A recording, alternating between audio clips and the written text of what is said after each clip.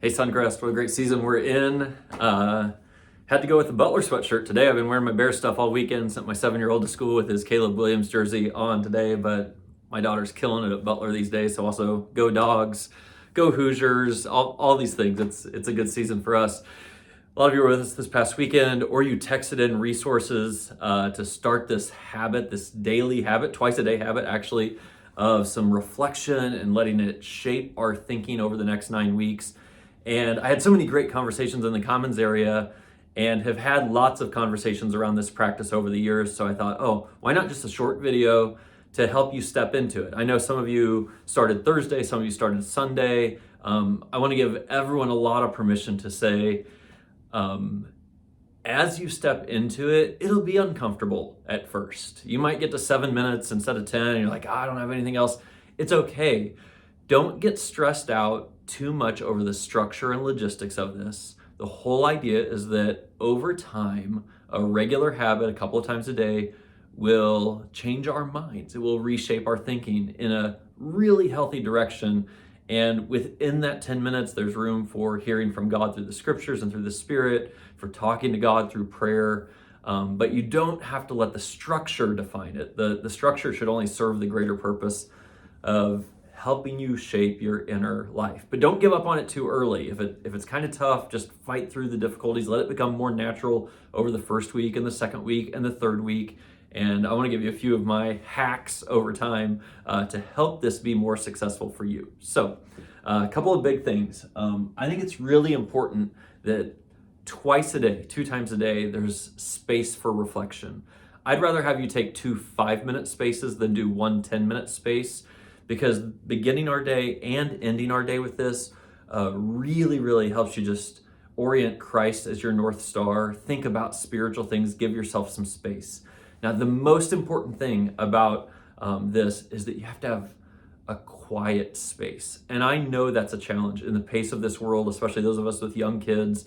You'll probably have to work together with your spouse on this to say, hey, do I get up early? Can you keep the kids out of this space? Let it be a coordinated effort. That's a big deal, but it has to be quiet. I have people ask me all the time, Greg, can I do this when I'm driving? And my answer is always the same.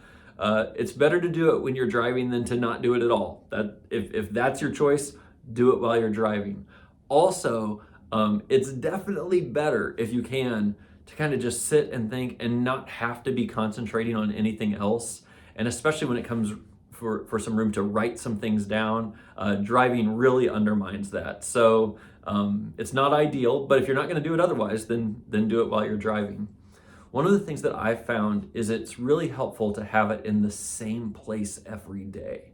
The space that you're in, the table that you're sitting at, or whatever your environment is, it can even become kind of a sacred space for you. I mentioned in a couple of the messages, some people call this quiet time. Some people call it chair time, because there's a particular chair that they sit in when they do this. And that chair, like, you look back on it and think, oh, so much of life, so many of my decisions, so many of my prayers happened in that space.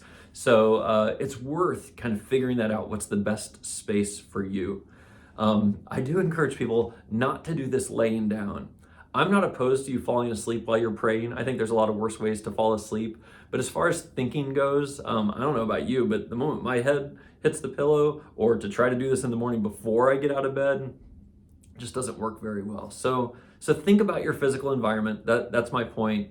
Take 2 times each day and just let it be quiet so you can think.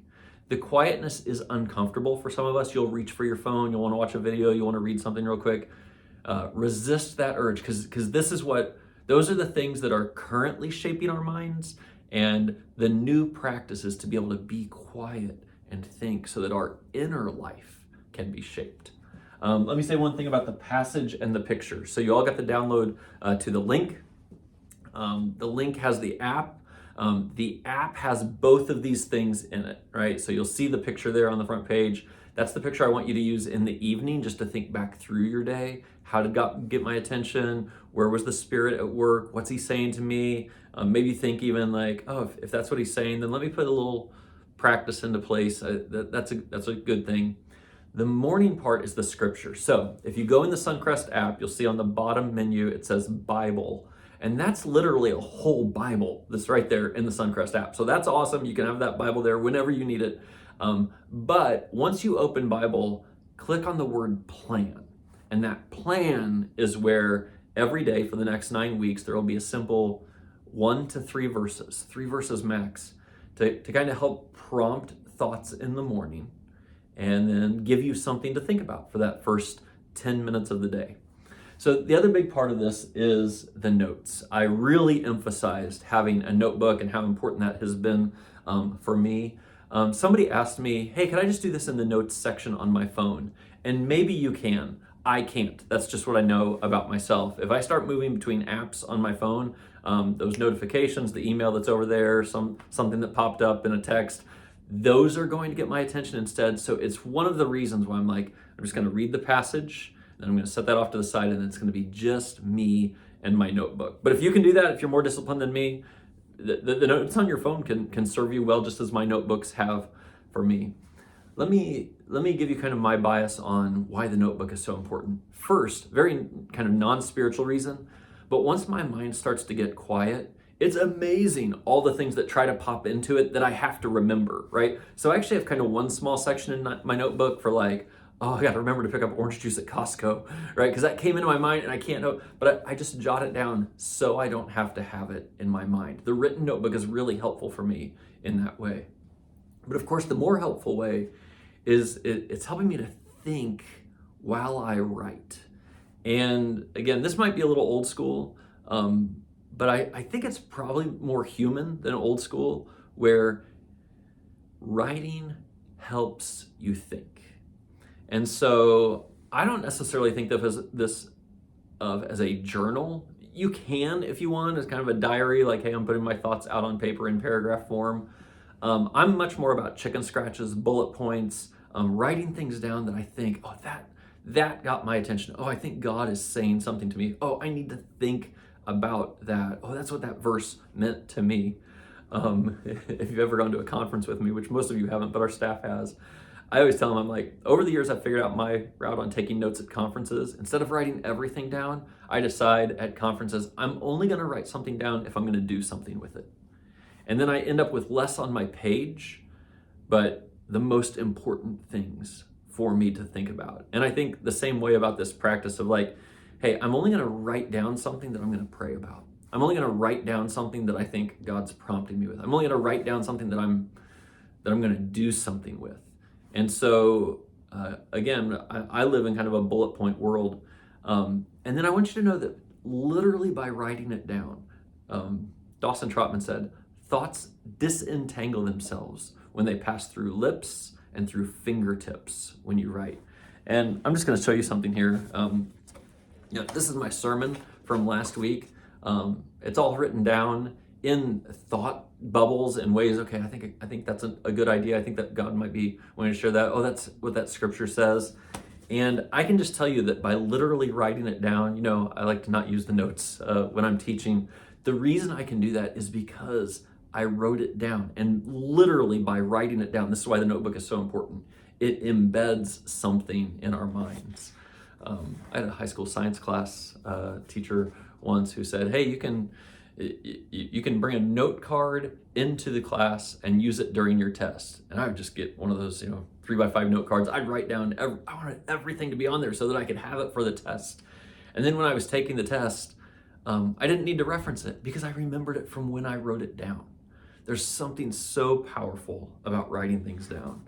And again, this is just like a page from my journal. I'm noting things in here. This is from a page, November 10th, 2009. I was in California when I was doing this, and I was reflecting on some things about my personal discipline, about who I am as a husband, and some things I wanted to make sure Jenny and I shared together, who I am as a father. It was just one of those days to say, oh, who am I and who do I want to be? And some of the things I wrote down that day, I look at them and I'm like, oh, I remember praying about that. I think 2009, 2010 was a big year of growth for me in that way. And honestly, I look at some of these things, I'm like, man, that never took root. But today, that's going to end up in my notebook today because I still want it to be true.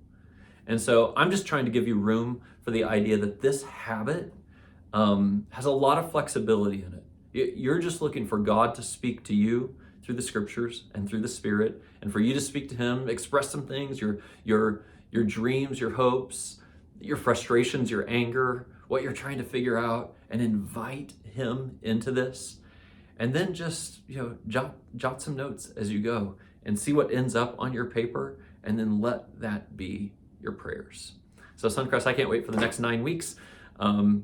If you'll take 10 minutes in the morning with simple scripture and some reflection, and 10 minutes in the evening, you find your sacred place, a quiet place where you're sitting down and you can jot some of this out. I really do believe not at the end of the first week, but at the end of 9 weeks, you will have literally changed your mind in some of the most godly ways possible.